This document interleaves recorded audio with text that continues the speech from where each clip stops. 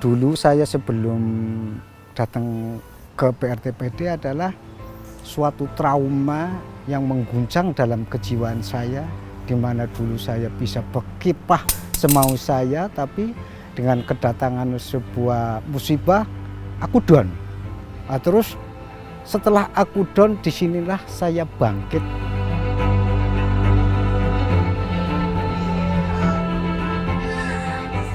Yang jelas saya senang dengan adanya Bukar Kidul dijadikan desa inklusi, setidaknya kan bisa untuk percontohan untuk desa yang lain, terus kayak pioner gitu kan, perintis gitu.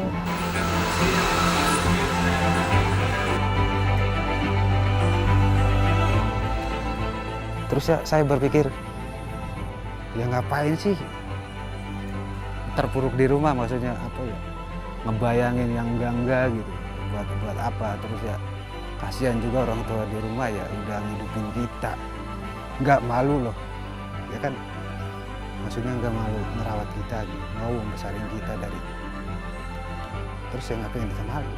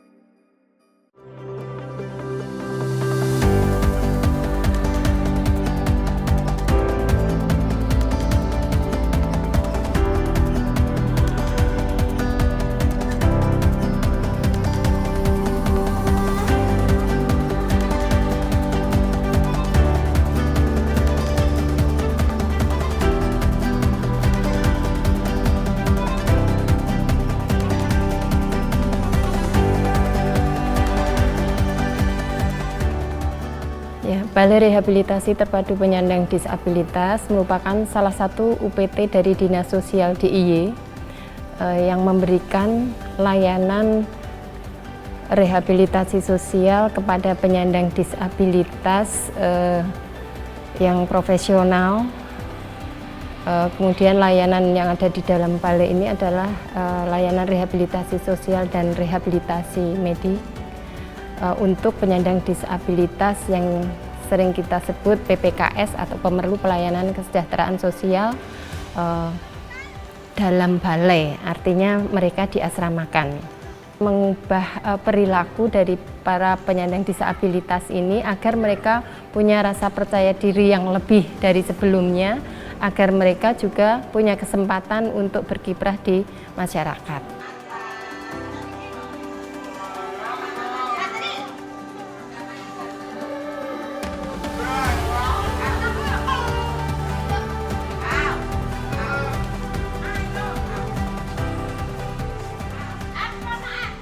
Di dalam rehab medik ada pemeriksaan kesehatan dasar, kemudian ada terapi antara lain fisioterapi, kemudian terapi wicara, kemudian juga ada pemeriksaan dan konsultasi dokter, kemudian konsultasi dengan psikolog,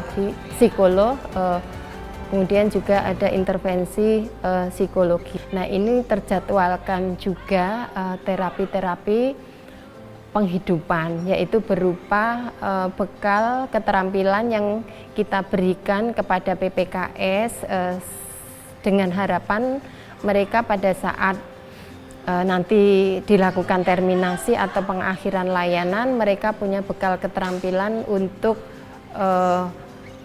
mendukung kemampuan ekonominya.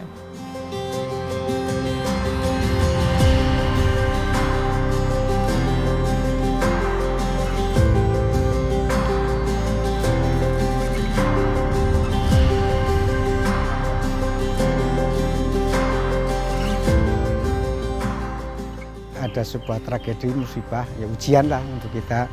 Terus saya sendiri punya keinginan untuk menghilangkan rasa trauma itu, ya kita lampiaskan dengan sebuah kegiatan di sini. Di antara salah satunya batik. yang pertama. Dan yang kedua ya mungkin batik itu buat bekal kita juga kelak setelah keluar dari BRTPD. Karena itu kan suatu bekal di mana akan mengekspresikan sebuah keinginan kita untuk mendapat ya penghasilan lah.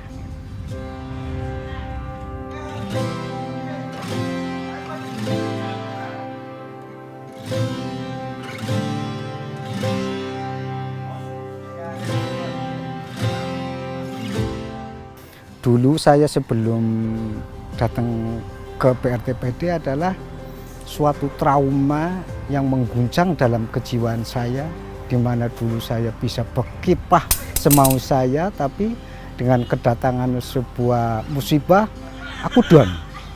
Terus setelah aku down, disinilah saya bangkit untuk mencari diri saya yang sementara hilang. Dalam artian psikologis saya itu akhirnya bangkit untuk menyingkirkan suatu perasaan-perasaan yang negatif dalam diri saya sendiri. Terus saya harus bangkit gimana saya bisa menghidupi diri sendiri dengan segala apa yang ada di BRTPD.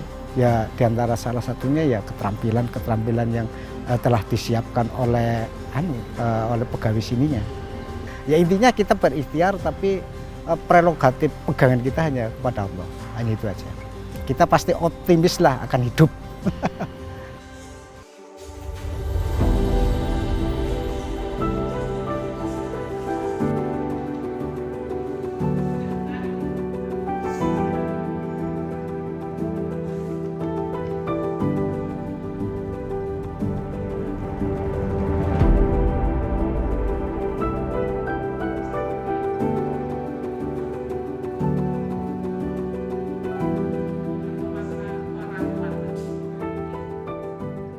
Alhamdulillah banyak sukanya.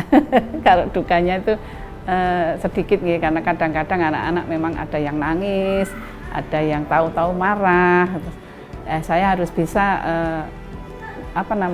mendekati dia, kenapa, saya tanya pelan-pelan.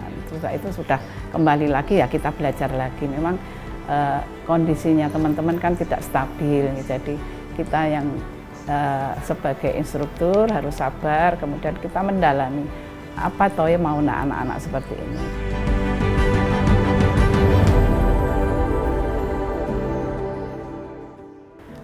Diajari desain itu belum begitu belum begitu ngeh.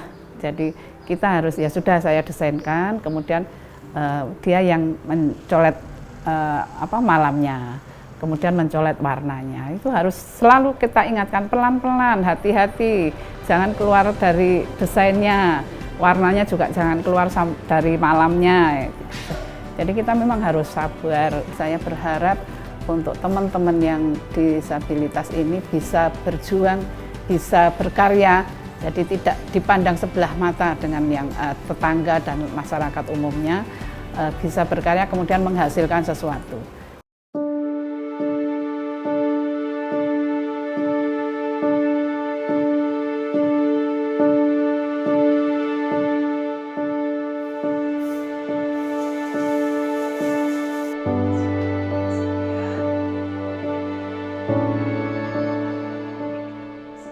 Kita punya perda pencetus pertama, Perda Penyandang Disabilitas tahun 2012 nomor 4, itu pertama loh untuk DIY yang punya perda disabilitas.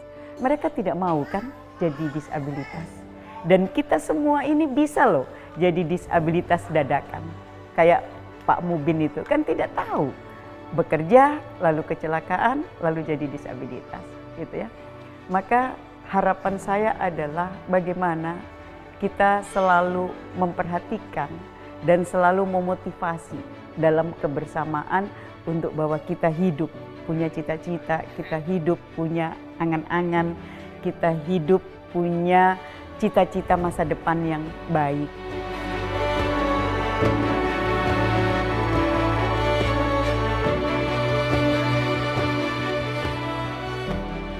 Kita punya UPTD Loka Bina Karya yang itu kita jadikan tempat untuk mendidik, melatih supaya teman-teman penyandang disabilitas itu bisa lebih punya kompetensi.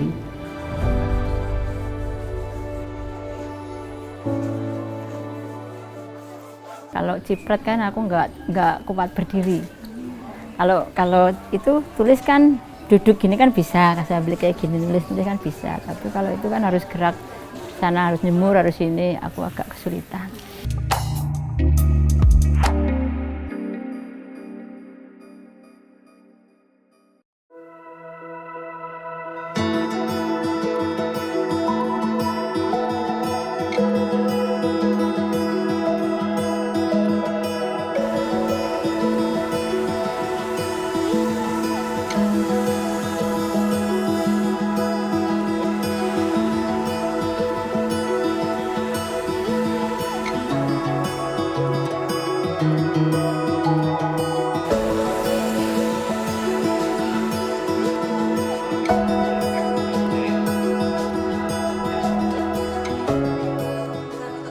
Pemerintah Kabupaten Tegal tentu sangat komit bagaimana kita ingin mengusung isu penyandang disabilitas ini sebagai sebuah potensi yang bisa kita jaga bersama untuk kita dampingi ke depan. Yang pertama tentu dengan kebijakan regulasi. Regulasi dalam bentuk ketentuan yang itu bisa menaungi, melindungi dan memenuhi hak teman-teman penyandang disabilitas. Sudah ada Perda nomor 5 tahun 2021 yang diterbitkan Kabupaten Tegal. Minimal upaya kita pemerintah Kabupaten Tegal untuk mewujudkan bahwa kita ingin menggandeng teman-teman penyandang disabilitas itu untuk kita dampingi bagaimana sampai ke mandiri.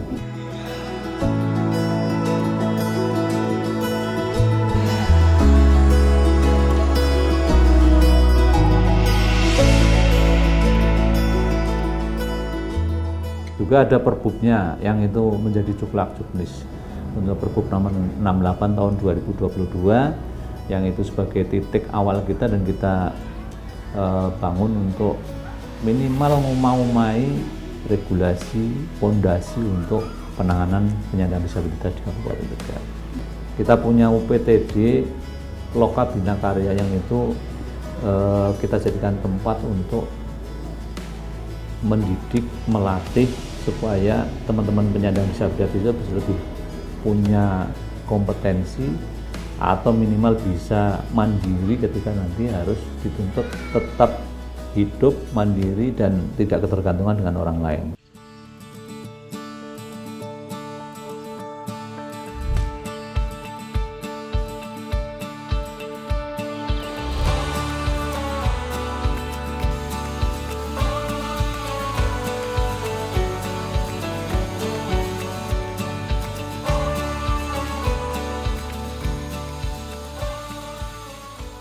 Kita memiliki sebutannya desa inklusif ya. Jadi desa ini kita sudah ada 13 desa inklusif di mana peran teman-teman itu di desa inklusif itu bagaimana dia bisa juga ikut berperan aktif membangun di desanya ya.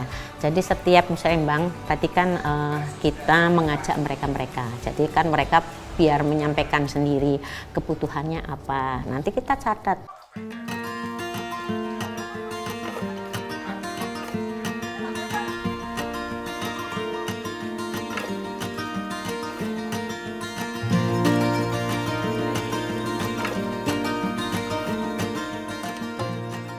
Nama saya Ibu Jami, ini dari sehari-harinya ya ibu rumah tangga.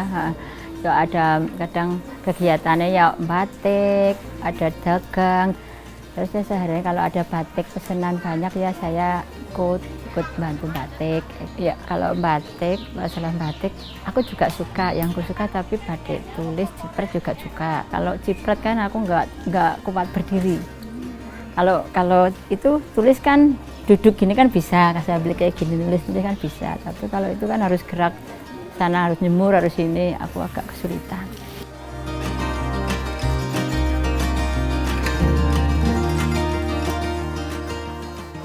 Biasanya kalau orang kantor itu kalau pesen itu banyak Mbak. ada yang 20, 15, ada yang 70 piece gitu kan, nggak tentu. Kadang kemarin itu ada pesanan 1000 tapi dibagi 3 kelompok. Harapan saya ya itu maksudnya kayak kasihan teman-teman gitu yang difabel, maksudnya pengennya ya ada kegiatan, terus ada kemasan biar bisa cari uang kayak orang-orang yang normal kayak gitu.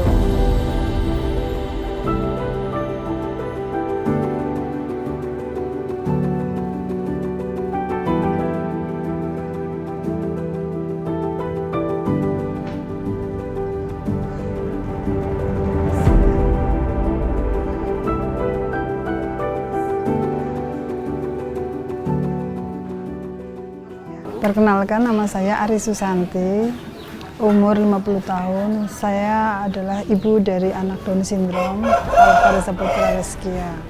Alfa alhamdulillah dapat bantuan KIS 2019 dari offeran pemerintah Jateng itu. Pas waktu lagi bayar BPJS, terus ini Alfa juga keluar lah. Semenjak itu saya pakai lagi untuk terapi, karena dulunya terapi tapi yang berbayar, yang pakai itu jaminan kesehatan berbayar.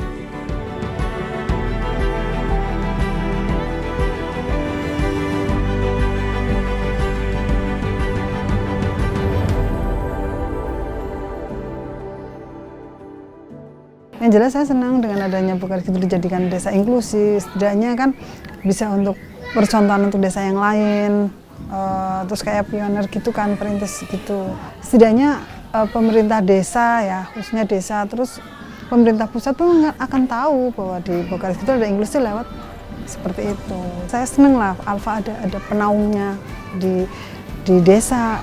Kepemerintahannya kan juga seperti itu. Bagaimanapun juga kan saya nggak mendampingi Alfa selamanya, tapi kalau masih ada dalam lindungan pemerintah kan mending itu seperti itu.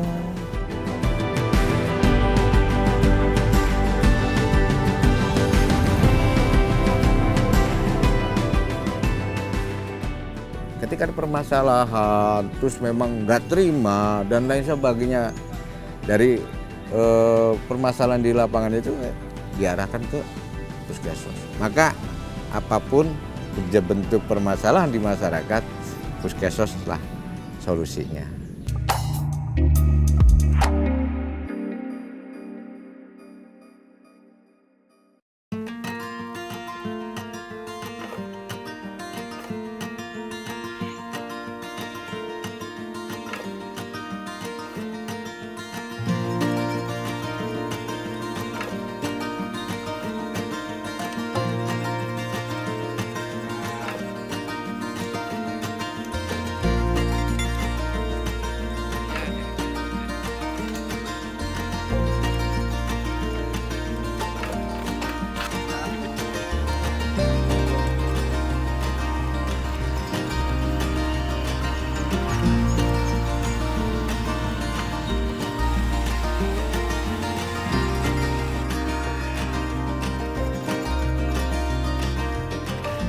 Tugas dan tanggung jawab TKSK itu adalah membantu dalam bidang kesejahteraan sosial di kecamatan masing-masing, baik pemetaan sosial, pendataan, dan koordinasi dengan pihak yang lain.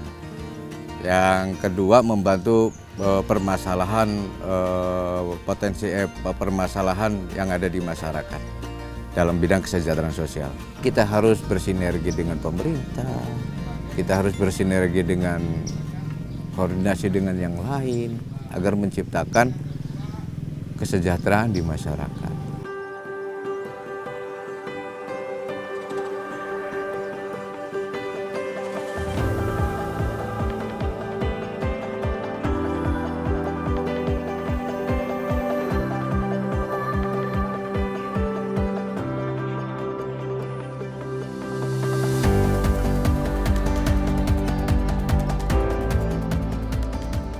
Ada yang masyarakat melaporkan ataupun keinginannya apa kan gitu.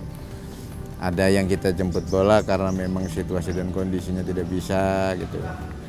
Nah, itu nanti ketika sudah mendata itu, menganalisa data itu, maka akan kita tahu kebutuhan mereka seperti apa. Nah, setelah kita tahu, kita melaporkan ke aplikasi Sorabi tadi. Nah nanti itu kan PR-nya Dinsos nih. Ketika ada permasalahan, terus memang nggak terima dan lain sebagainya dari permasalahan di lapangan itu diarahkan ke Puskesmas. Maka apapun bentuk permasalahan di masyarakat, Puskesmas lah solusinya.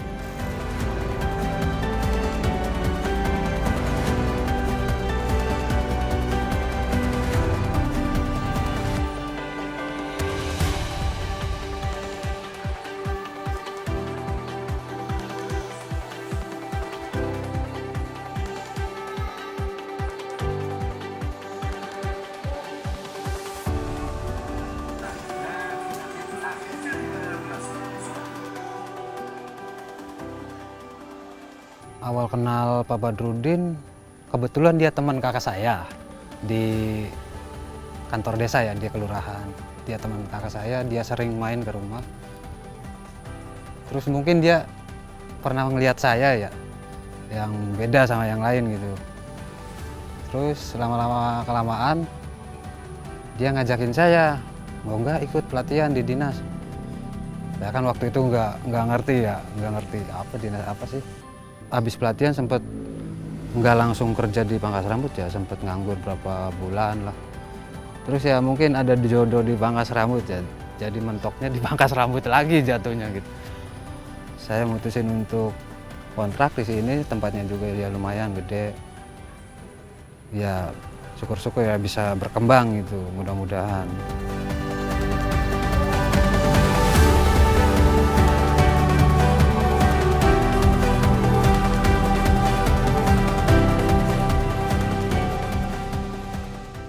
Terus ya, saya berpikir, ya ngapain sih terpuruk di rumah, maksudnya apa ya, ngebayangin yang enggak gitu, buat apa. Terus ya kasihan juga orang tua di rumah ya, udah ngidupin kita, nggak malu loh, ya kan, maksudnya nggak malu ngerawat kita gitu, mau membesarin kita dari, terus ya ngapain kita malu.